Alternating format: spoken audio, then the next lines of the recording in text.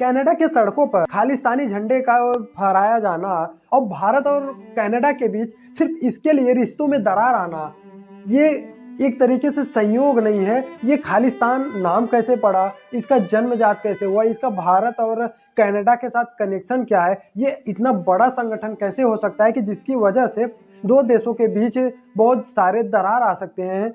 आज दोबारा से ये खालिस्तान चर्चा में क्यों आया, इसके बारे में इस वीडियो में जानेंगे। नमस्कार दोस्तों, मैं दिलीप यादव, आप देखना शुरू कर चुके हैं स्टडी के बाय दिलीप यादव। तो चलिए करते हैं शुरुआत। सबसे पहले हम लोग ये जानते हैं कि खालिस्तान का शुरुआत कैसे होती है। ये खालिस्तान एक्चुअल में है क्या। 1947 में भारत आजाद होता है, 1947 में भारत आजाद होता है। आजादी के साथ साथ भारत में एक और घटना घटती है, वो हम सबको पता है, वो सबसे दुखदायी होता है। वो दुनिया में सबसे ज्यादा यूं कहें कि मास किलिंग का एक जरिया बन जाता है। क्या? भारत और पाकिस्तान का डिवाइडेशन, मतलब भारत और पाकिस्तान का बंटवारा। जैसे ही भारत और पाकिस्तान का बंटवारा होता है, आप लोग अगर थोड़ा बहुत भी इस घटना को देखे होंगे तो आपको इतना जरूर से पता होगा, जो पाकिस्तान वाला प्रांत था, पाकिस्तान को आधे पर से काटा गया। उस टाइम पे जो रेड क्लिफ लाइन खींची गई थी, ये लाइन बनाई थी। रेड क्लिफ किस तरीके से बनाया था, वो थानों की चौकी थी, उसके हिसाब से वो लाइनें बनाता चला गया था। तो इस वजह से आधा पाकिस्तान में गए कौन, पंजाब, और आधा इंडिया में रह गए, और सिख दोनों तरफ बट गए।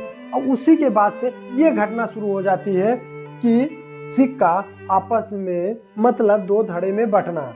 और यहाँ तक कि सिख धर्म का जो सबसे चर्चित मंदिर जो वो भी क्या हो जाता है, पाकिस्तान में चला जाता है। तो इसके बारे में भी आगे हम लोग चर्चा करेंगे। उसके बाद आता है 1950 से 1966 का दौर। 1950 से 1966 के दौर में होता है जो पंजाबी सूबा आंदोलन चलाते हैं। क्या मांग क्या थी कि पंजाब में भाषा और सिख के आधार पर उन्हें एक अलग पहचान मिले।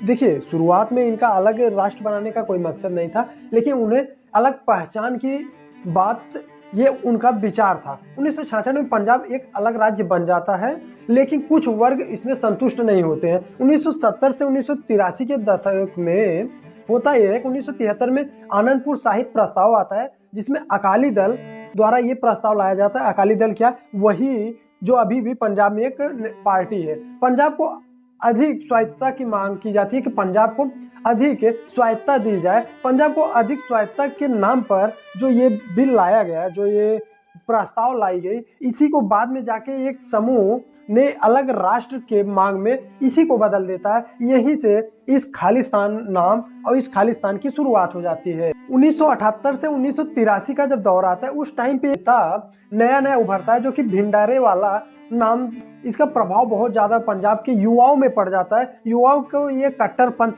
की भाषा सिखाता था, उसका कट्टरपंथ की तरफ झुकाव भी बहुत ज्यादा था। ये हथियारबंद संगठन भी चलाया करता था।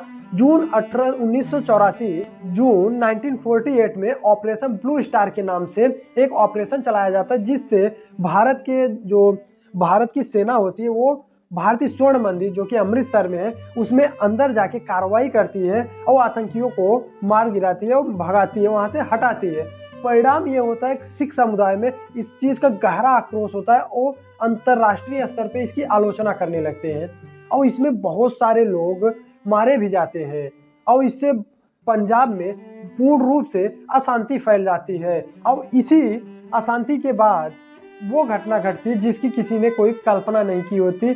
भारत के प्रधानमंत्री उस टाइम के इंदिरा गांधी जी की हत्या की जाती है। उन्हीं के जो सिक्योरिटी थे, वो दो सिख, उन्होंने गोली चलाई, जबकि उनको ये बात पहले बता दिया गया था कि इनको हटा दिया जाए, नहीं तो ये लोग आपको मार सकते हैं, क्योंकि सिखों में इतना ज्यादा आक्रोश हो चुका था अदर कम्युनिटी को लेकर। अंत में 31 जुलाई 1984 को इंदिरा गांधी जी को मार दिया जाता है। उसके बाद भारत के बहुत सारे शहरों में, जैसे पंजाब के सटे बहुत सारे शहर, अभी दिल्ली में और बहुत सारे शहरों में दंगे भड़क जाते हैं। किस लिए? ये सिख और अदर के खिलाफ। इसमें से एक दंगा और होता है, जो कि 1985 में एयर इंडिया की एक फ्लाइट उड़ती है, उसमें से 182 विस्फोट, जो कनाडा से भारत आ रही थी फ्लाइट, उसमें विस्फोट होता है, जिसमें से 329 लोगों की मौत हो जाती है। खालिस्तानी आतंकवादियों का चेहरा उसी समय से सामने आता है। 1986 से 1995 का जो दौर होता है, ये भारत के इतिहास को कह ले, ये बहुत ही काला ये दौर हो सकता है, जिसमें से बहुत ही सारे खुलेआम कत्लेआम हुए, बस इसलिए कि पाकिस्तान में ये खालिस्तानी समर्थन की मांग बढ़ती चली गई। इस समय बहुत सारे बम धमाकों से लेकर बहुत सारी घटनाएं घटती चली गई। उस टाइम पे होता यह था कि जबरन वसूली करना और सुरक्षा बलों के साथ सख्ती बर्ताव करना, उनके खिलाफ अभद्रता करना और मारपीट करना, ये सारी चीजें बहुत ही आम हो चुकी थी। 1995 के बाद पंजाब में शांति लौट आई। भारत में शांति विदेशों में प्रचार 1996 से 2015 के बीच किया गया। भारत में विशेषकर पंजाब में खालिस्तानी आंदोलन लगभग समाप्त हो चुका है। प्रेजेंट टाइम में ऐसा कोई है नहीं। बस अभी कुछ साल पहले मतलब 2023 में जो निज्जर था, निज्जर की हत्या हुई, वैसे भी भारत के खिलाफ